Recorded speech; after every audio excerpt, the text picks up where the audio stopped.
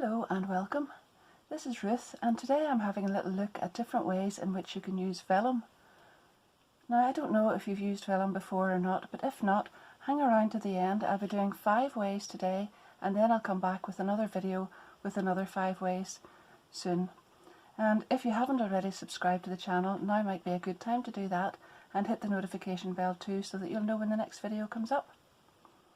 So, vellum comes in all different shapes and sizes. Its beautiful translucent quality is just absolutely fantastic for giving a lovely light and airy and delicate feel to cards. There are different ways of using it, and there are different thicknesses and colours in vellum itself. You can get it in plain white like I've got here. These are Tonic vellums here, just brand new ones, and I've got white, vintage white, gold and silver. But you can also get patterned vellum. I don't think I've got any of that left at the moment. This is one that's 150 GSM as well, and that's Groovy from the Groovy manufacturer, and I've used that on this as well here. So I'm going to have a little look at different ways, and I'll just set this over and I'll come back with number 1. Number 1 is going to be a shaker card. I absolutely love shaker cards, so normally I would make them with acetate, and as you can see everything really clearly, obviously through the acetate there, but whenever you use the vellum it gives a more diffused background, a diffused light to the background. So I'm not going to put anything too bright or anything in there. I just want to be able to see the sequence through that, and then I'm going to put the sentiment on top. Now, I could put that in below and add it on there, but one of the things with vellum is that whenever you add glue, the glue is usually visible, so you've got to cover it up some way. I'll just show you this card quickly. I've cut out this jar, it's a mason jar, and then where I've added the glue, I've put ribbon over the top there, and I've put a rose on there, and I've put some sequins and glitter on at the bottom to cover the glue up. It's fine if you're using it like this because you won't see the glue or the adhesive in behind, but do bear that in mind. So on this one I've cut out this frame. I've used 2 dies to do that, and then I've used the larger one again with the vellum, and I've put that on and glued it, and you won't see that at all because it's glued on here. And then you can see I've added the 3D foam pads on top and put them really tightly together the whole way around there. And that's because I don't want any of the sequins to escape from that. Now I've left the backing off just for a moment or two. I'm going to put the sequins in here and then add the backing on top of that. And there it is with the die cut put on top, and I've added a couple of little sequins on top just to sort of to relate to what's inside it. And that will bring me on nicely to my next point. So number 2 is die cutting vellum, and I just wanted to finish this card before I go on to the next one with 2 little double die cut vellum butterflies. Now I've cut out a plain butterfly for the bottom and a little patterned one for the top, and where I've put the glue there, because that's double thickness and it's clear drying glue, it's not as noticeable, and I'm going to glue that by the body just down the centre there. One on there and one on here, and then I'll come back and make a vellum flower.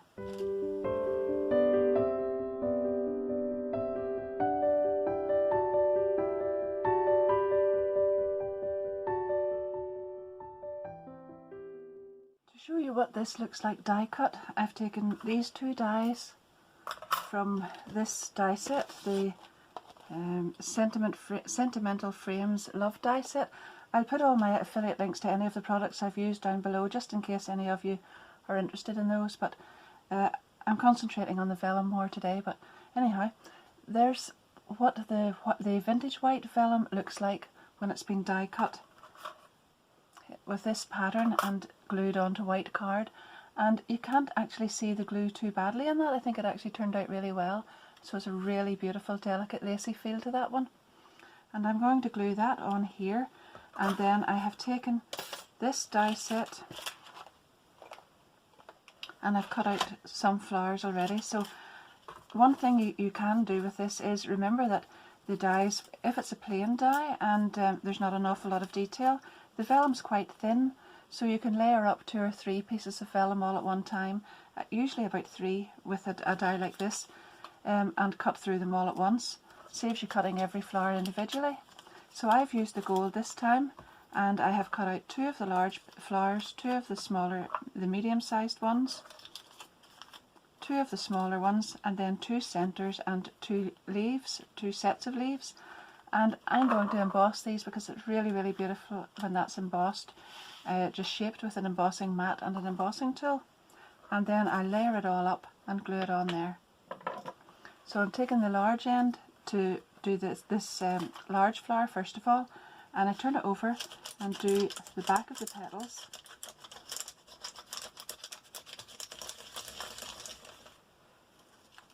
Turn it over this way, and there you are. And then I'll repeat that and layer the flowers up.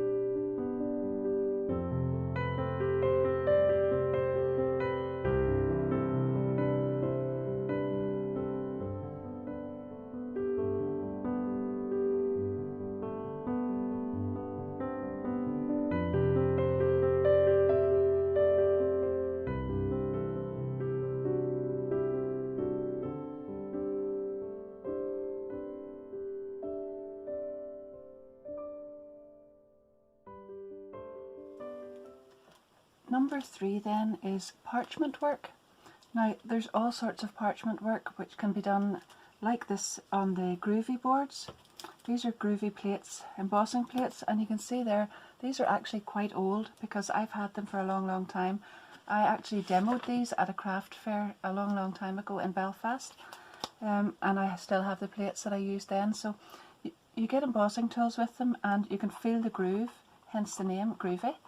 And you will put your parchment paper or your vellum on top, and then you'll feel the groove and follow it with this. So there's different tools with this. You can get different thicknesses of embossing tool, and then these ones are used for piercing. And I know some people do some absolutely beautiful, very, very detailed work. I'll just show you the end of that by piercing this and doing really, really beautiful parchment work with that. So I'll just give you a quick look at this. I have made quite a few cards, but I don't have them here now, so I'll show you how I've done this. And there's one that I have coloured in as well. So when I have actually embossed all of that with the embossing tool on the little plate, then I coloured it with coloured pencil on the other side. And to fix that to a card, then you can just add this to the card, and then you can glue a frame or something onto the top to hold it, and that means that you don't actually see the glue on that as well. There's another beautiful one there. So there it is on some lilac paper. Isn't that absolutely gorgeous? The detail is amazing that you can get on those. So let's have a little look. I've got a little bird already done on here, and I'm just going to take my embossing tool and place this little bird on the branch and then follow the branch around with this.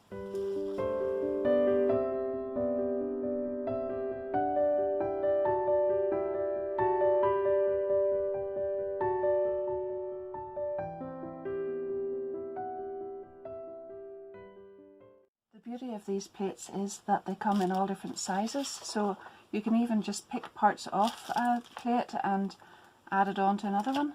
And there's another beautiful one there. Now, as I said, these are very old because these are from the ones that I was using at my demo quite a few years ago, but there are lots of new ones since and all sorts of different things that you can do like this, so that's another great way to use those. Use your vellum. I have used coloured pencils to colour the back of this one. Now, normally you would actually colour the back and then you can feel the grooves and you don't stray outside those lines, and it looks totally different on one side than the other, because on the back you can see all those white lines and on the front they're much more diffused. But you can also colour them with alcohol markers, and I've got this gorgeous little snowdrop one. I think I've actually made this several years ago as well, but I'm just going to colour it now. So I've got an alcohol marker, and obviously you can use all sorts of colours on it. I'm just colouring the bits in with green here. So.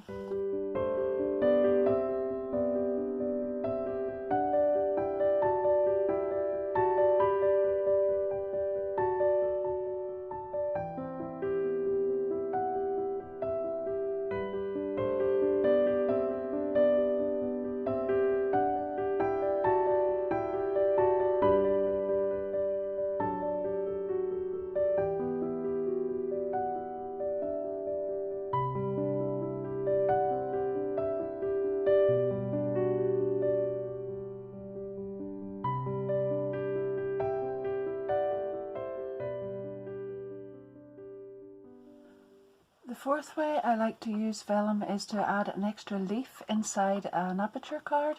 So I've got a card here. This is very, very simple, and I got the idea from looking at my wedding album, and there are extra leaves and they're beautiful vellum in between the photographs.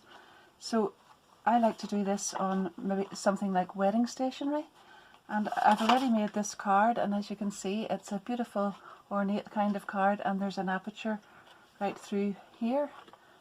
And instead of putting the vellum in and attaching it the whole way so that that will always be like that and doesn't move, all I've done is I've cut the same size as the card, actually just slightly smaller, and then I've taken an extra centimetre at this side, folded it over and put double-sided tape down that, and then when I remove the backing from that I can put this into the fold again here like this, close that over, and then this extra leaf will be inside and will open and close, but it doesn't completely do away with the lovely delicate aperture, but it gives you that beautiful kind of elegant frosted feeling as well.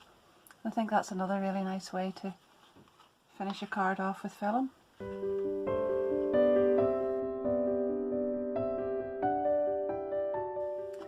Number 5 then is to make a little box with a tea light in it, or a little luminary. So I've used this large die set and I've cut it down, and I'm just using 4 sides, and I've cut some pieces off it. So I have it all ready here, and I've attached the sides together, and I've cut myself little panels of vellum, and I'm gluing those in behind the apertures. And when I do that, you can't see the glue, it doesn't matter, and I'll attach all 4 of those.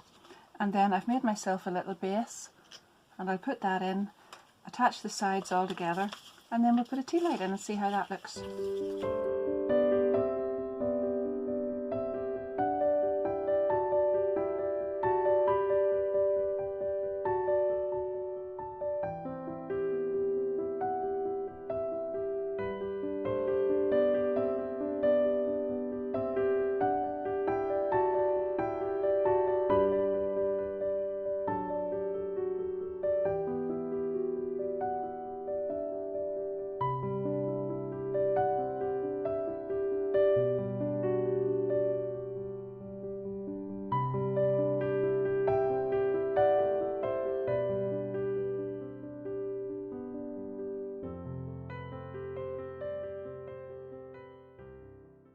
And there it is. Isn't that really lovely? And that gives a beautiful soft light out through the vellum. It's much nicer effect coming through vellum than that would be through acetate. So I hope you've enjoyed all those. There are the cards I made, and I hope that whets your appetite for trying out some vellum if you haven't already done it before, and if you have used it before but just want to give it a little shot again, I hope you enjoy those. So don't forget, I will be back with another video. That's just the first 5. I'll be back with more, and in the meantime don't forget to subscribe to the channel if you'd like to do that, and I hope you enjoyed the video. If you did, please give it a thumbs up, and then hit the notification bell too, and then you'll see the next one as it comes. So thanks very much for watching, And until the next time, keep safe and well. Bye bye, thanks for now.